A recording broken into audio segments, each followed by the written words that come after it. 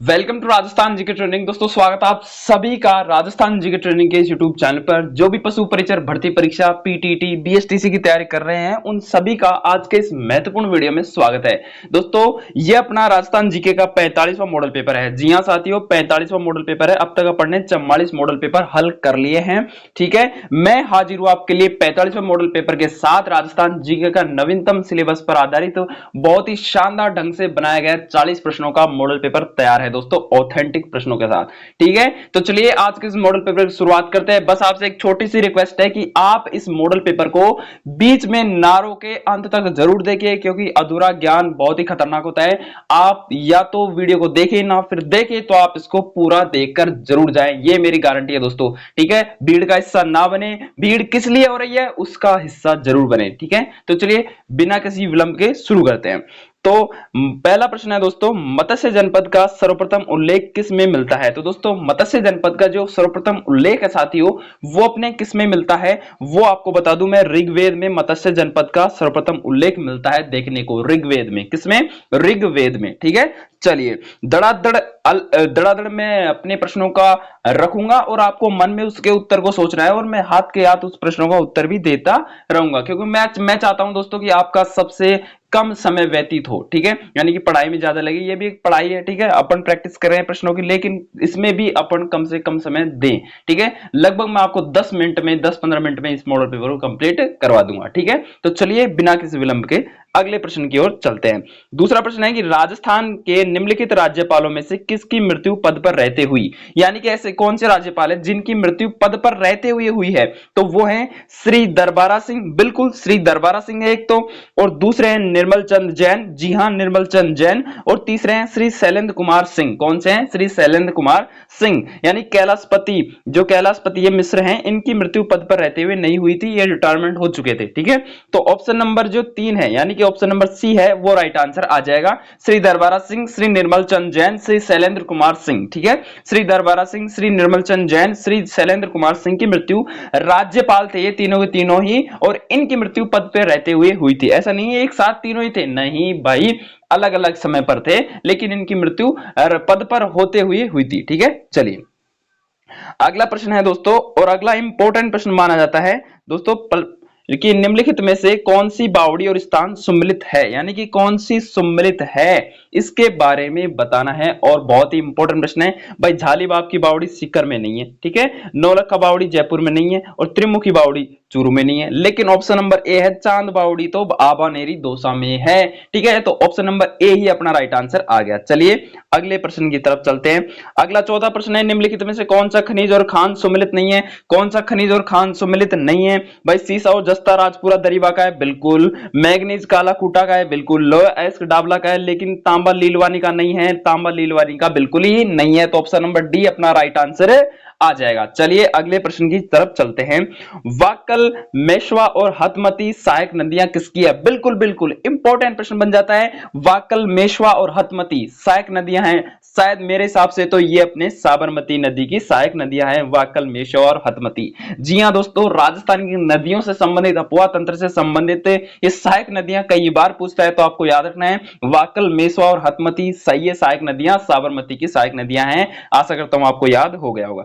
चलिए अगला है, निम्नलिखित में से कौन सा संरक्षित क्षेत्र और जिला सम्मिलित नहीं है? ये संरक्षित क्षेत्र और जिले और अभ्यारण्य ये कई बार एग्जाम में पूछा जाता है, तो इनको भी आपको याद कर लेना है। ठीक है, तो कौन सा सम्मिलित नहीं है भाई? फुलवारी की नाल राजसमंद में नहीं है, तो ऑप्शन नंबर ए ही अपना गलत हो गया, ऑप्शन नंबर ए ही सही हो गया। केसरबाग की छतरियां और केसरबाग अपने धौलपुर में ही है। ठीक है, चलिए अगला है, बस्सी चित्तौड़गढ़ में ही है, बिल्कुल। बस्सी और शेरगढ़ बारां में, बिल्कुल सही है, यानी कि ऑप्शन नंबर ए ही अपना राइट आंसर आ जाएगा। ठीक है, चलिए ऑप्शन अपना 7वां प्रश्न है, निम्नलिखित में से शिलालेख और प्रशस्ति और उनके उत्कीर्ण वर्ष सही जोड़े कौन से हैं? यानी कि कौन सा उत्कीर्ण वर्ष और उस शिलालेख से संबंधित सही जोड़ा है? तो भाई अचलगढ़ शिलालेख 1285 में नहीं। ठीक है, चिरवा का शिलालेख 987 में नहीं, कुंभलगढ़ का प्रशस्ति 1460 में नहीं। Option number B right answer आ जाएगा। बिजोलिया शिलालेख अपने 1170 1970 ईस्वी में उत्कीर्ण किया गया था। ठीक है, और इंपॉर्टेंट प्रश्न बन जाता है ये। ठीक है, चलिए अगला प्रश्न है दोस्तों, राजस्थान राज्य सूचना आयोग का गठन कब किया गया था? बिल्कुल इंपॉर्टेंट प्रश्न है। राजस्थान राज्य सूचना आयोग का गठन दोस्तों आपसे पूछ ले तो आपको बताना है 18 अप्रैल 2006 को। 18 अप्रैल 2006 को। विंधन कंगार किस प्रकार के चट्टानों से निर्मित है? तो विंधन कंगार जो भूमिया है दोस्तों, ये अपने बालू का पत्थर से निर्मित है। जी हां, बालू का पत्थर से निर्मित है। ऐसे प्रश्न भी पूछे जाते हैं, बहुत ही डीपली प्रश्न है, लेकिन आनंद आता है दोस्तों इन प्रश्नों को हल करते हैं, क्योंकि हमसे अलावा इन प्रश्नों को कोई नहीं जान पाता है। ठीक है, और यही प्रश्न मेरिट को तैयार करते हैं। ठीक है, अगला प्रश्न है, जीवन भर दूल्हे के वेश में रहते हुए दादू के उपदेशों को बखान करने वाले संत कौन थे? इंपॉर्टेंट प्रश्न बन जाता है, और वो संत थे रज्जब जी। जी हां, संत कौन से थे? रज्जब जी संत थे। ये दादू पंथ से संबंधित है। दादू पंथ के लोग मरने के बाद अपने शरीर को जलाते नहीं है, बल्कि खुले में छोड़ देते हैं। वो ये सोचते हैं कि ताकि अपना मरने के बाद भी अपना शरीर किसी के काम आए, कोई जीव इसको खाए। ठीक है, चलिए अगला है, परशुण पर्व किस समुदाय से संबंधित है? परशुण पर्व दोस्तों ये अपने जैन धर्म से संबंधित है। परशुण पर्व अपने जैन धर्म से संबंधित है। बहुत ही इंपॉर्टेंट प्रश्न है। अगला है, 1857 के विद्रोह के समय जोधपुर का शासक कौन था? बताइए बताइए, जोधपुर का शासक कौन था 1857 के विद्रोह के समय? भाई तखत सिंह था। कौन था? तखत सिंह था। कौन था? तखत सिंह था। जोधपुर के तखत पर तखत सिंह बैठा हुआ था 1857 के विरोध के समय, विद्रोह के समय। प्रसिद्ध थिएटर निर्देशक शांता गांधी निम्नलिखित में किस नाट्य शैली से संबंधित है? तो शांता गांधी दोस्तों अपने भवाई नाट्य शैली से संबंधित है। भवाई नाट्य शैली से संबंधित है शांता गांधी भवाई नाट्य से संबंधित है। अगला बेहद इंपॉर्टेंट प्रश्न है दोस्तों, ये प्रश्न है कि बिजोलिया शिलालेख में किस वंश के शासकों की उपलब्धि का उल्लेख है? जी हां, बिजोलिया शिलालेख में दोस्तों आपसे पूछ ले किस वंश के शासकों की उपलब्धियों का उल्लेख है, तो वो चौहान वंश की जो उपलब्धि है उनका सभी का उल्लेख अपने बिजोलिया शिलालेख के अंतर्गत किया गया है। बिजोलिया शिलालेख के अंतर्गत चौहान वंश के शासकों की उपलब्धि का उल्लेख है। ठीक है, प्रश्न पूछता है कि बिजोलिया शिलालेख में किस वंश के शासकों की उपलब्धि का उल्लेख है? तो चौहान वंश की उपलब्धि का उल्लेख है। अगला, राजस्थान का प्रथम रोपवे किस जिले में प्रारंभ किया गया था? तो आप सबको पता है ये अपने जालोर के सुदामाता में प्रारंभ किया गया था। ठीक है, चलिए अगला प्रश्न दोस्तों, ऊपरमाल पंच बोर्ड का गठन किया गया था। जी हां दोस्तों, इंपॉर्टेंट प्रश्न बन जाता है, और विजय सिंह पथिक के द्वारा ऊपरमाल पंच बोर्ड का गठन किया गया था। ठीक, चलिए दोस्तों अगला प्रश्न है, और बेहद ही इंपॉर्टेंट प्रश्न है कि भारतीय रेल अनुसंधान एवं प्रशिक्षण केंद्र कहां पे स्थित है? तो भारतीय रेल अनुसंधान एवं प्रशिक्षण केंद्र आपसे पूछ ले तो आपको उदयपुर नहीं करना, जोधपुर नहीं करना, जयपुर नहीं करना। ठीक है, अगर बाड़मेर आ जाए तो बाड़मेर टिक कर देना है, लेकिन अब तो पंचपंद्रा में है। कहां पे है? पंचपंद्रा में। ठीक है, बाड़मेर में कहां पे है? पंचपंद्रा। ठीक है, तो इसका ध्यान आपको होना चाहिए। चलिए अगला प्रश्न है, रमजोल किस प्रकार का लोक वाद्य यंत्र है? तो रमजोल अपने दोस्तों घन वाद्य यंत्र की श्रेणी में आता है। ठीक है, चलिए 19वां प्रश्न है कि आयोग जिसने राज्यपालों के लिए 5 वर्ष के लिए एक निश्चित कार्यकाल की संस्तुति दी, तो वो कौन सा आयोग है जिसके द्वारा राज्यपालों के लिए 5 वर्ष के लिए एक निश्चित कार्यकाल की संस्तुति दी गई थी? और वो उस आयोग का नाम आपसे पूछ ले दोस्तों, बेझिझक आपको बताना है, पुंछी आयोग। कौन सा? पुंछी आयोग। राजस्थान के उत्तर से दक्षिण तथा पूर्व से पश्चिम विस्तार आपसे पूछ ले तो आप सबको पता है ये इसका जो अंतर है वो 43 किलोमीटर का है। कितना है? 43 किलोमीटर का है। ठीक है, चलिए अगला है, राजस्थान का सर्वोच्च पठार आपसे पूछ ले कौन सा है? तो राजस्थान का सर्वोच्च पठार दोस्तों आपसे पूछ ले तो उड़िया का पठार। जी हां, राजस्थान का सर्वोच्च पठार उड़िया का पठार। ठीक है, चलिए अगला है, निम्नलिखित में से कौन सी लिफ्ट नहर योजना पेयजल उपलब्ध क्षेत्र सम्मिलित नहीं है? यानी कि जो आईजीएनपीए इंदिरा गांधी नहर परियोजना की जो लिफ्ट नहर परियोजना है उनमें से कौन सी सम्मिलित नहीं है, इसके बारे में पूछ रहा है। ठीक है, तो कमरसेन बीकानेर गंगानगर को जल पहुंचाती है, गंदेली सवावा चूरू को पहुंचाती है, गजनेर या फिर पन्नालाल बारूपाल ये अपने बीकानेर नागौर को, लेकिन राजीव गांधी जैसलमेर को जल नहीं पहुंचाती दोस्तों। यही अपना राइट आंसर देखने को मिल जाएगा, यही अपना राइट आंसर देखने को मिल जाएगा। ठीक है, चलिए अगला प्रश्न है, राष्ट्रीय राजमार्ग 44 एनएच नेशनल हाईवे 44 राजस्थान के किस जिले से होकर गुजरता है? और बहुत ही इंपॉर्टेंट प्रश्न है, तो 44 नेशनल हाईवे 44 राजस्थान के किस जिले से होकर गुजरता है? ये आपसे पूछ लेता हूं, बताना है धौलपुर जिले से होकर गुजरता है। अगला है, बूंदी में 84 खंभों की छतरी का निर्माण किसके द्वारा करवाया गया था? तो बूंदी में 84 खंभों की छतरी का निर्माण राव अनिरुद्ध के द्वारा करवाया गया था।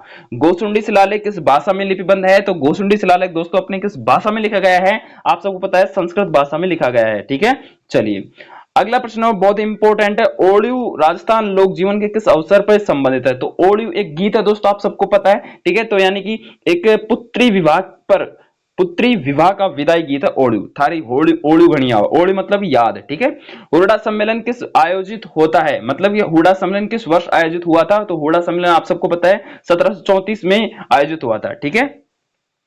अगला प्रश्न है सीताराम लालस का क्षेत्र रहा है, तो सीताराम लालस का क्षेत्र किससे रहा है बता दीजिए दोस्तों। सीताराम लालस अपने राजस्थान भाषा एवं कोश रचना से संबंधित है सीताराम लालस, ठीक है।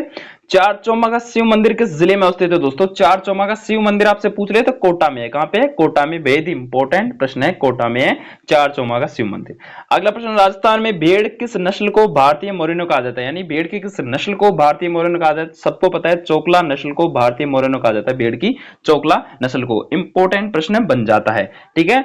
अगला प्रश्न है शोभालाल गुप्ता द्वारा किस स्थान पर हरिजन एवं भीलों के विकास हेतु एक आश्रम की स्थापना की गई, तो शोभालाल गुप्ता द्वारा किस स्थान पर हरिजन एवं भीलों के विकास हेतु एक आश्रम की स्थापना की गई थी, तो वो स्थान है सागवाड़ा, कहां पे, सागवाड़ा में की गई थी शोभालाल गुप्ता के द्वारा।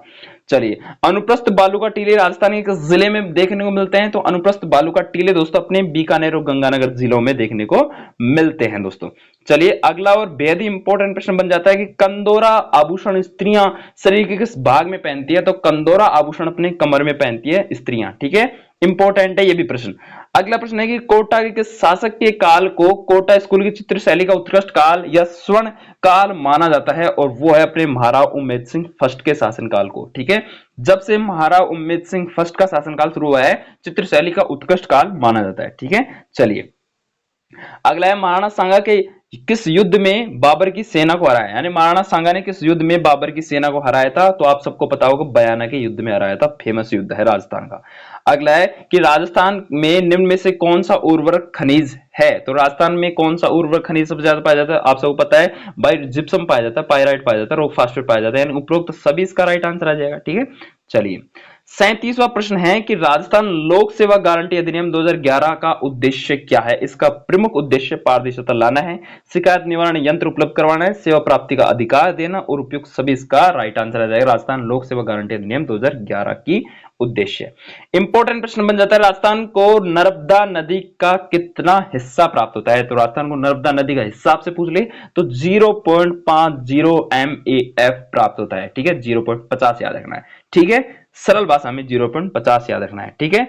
चलिए अगला प्रश्न है कि रूपाजी कृपाजी धाकड़ नामक दो किसान किस कृषक आंदोलन द्वारा शहीद हुए थे, या फिर किस कृषक आंदोलन के दौरान शहीद हुए थे, रूपाजी और कृपाजी धाकड़। आप सबको पता है धाकड़ आंदोलन आप सबको पता है कहां पे हुआ था, बिल्कुल बेगू किसान आंदोलन को धाकड़ जाति का आंदोलन भी कहा जाता है। तो अपने जो कृपाजी थे और रूपाजी थे ये बेगू किसान आंदोलन से संबंधित थे और उसी के दौरान ये शहीद हुए थे, कृषक थे, किसान थे, तभी वो शहीद हुए थे। भगत आंदोलन शीर्षक के नाम से, भगत आंदोलन शीर्षक के नाम से कौन सी पुस्तक के लेखक है, भगत आंदोलन शीर्षक के नाम से पुस्तक के लेखक कौन है, तो इसका आपसे पूछ रहे तो VK वशिष्ठ हैं। कौन है, VK वशिष्ठ। तो दोस्तों ये थे अपने 40 इंपॉर्टेंट प्रश्न। आशा करता हूं कि आपको यह वीडियो बहुत ही बेहद ही पसंद आई होगी, ठीक है। पसंद तो क्या दोस्तों आपको आनी चाहिए, सब्सक्राइब मत कीजिए, लाइक मत कीजिए, कुछ भी मत कीजिए, लेकिन अपने दोस्तों में जरूर शेयर करना, किसी का भला हो जाए दोस्तों, वो अपने कम नहीं है, ठीक है। तो मिलते हैं अगले मॉडल पेपर के साथ ऑथेंटिक प्रश्नों के साथ, ठीक है, जिनमें प्रमाणिकता हो, आधारितता हो, ठीक है, उन प्रश्नों के साथ मिलते हैं। धन्यवाद।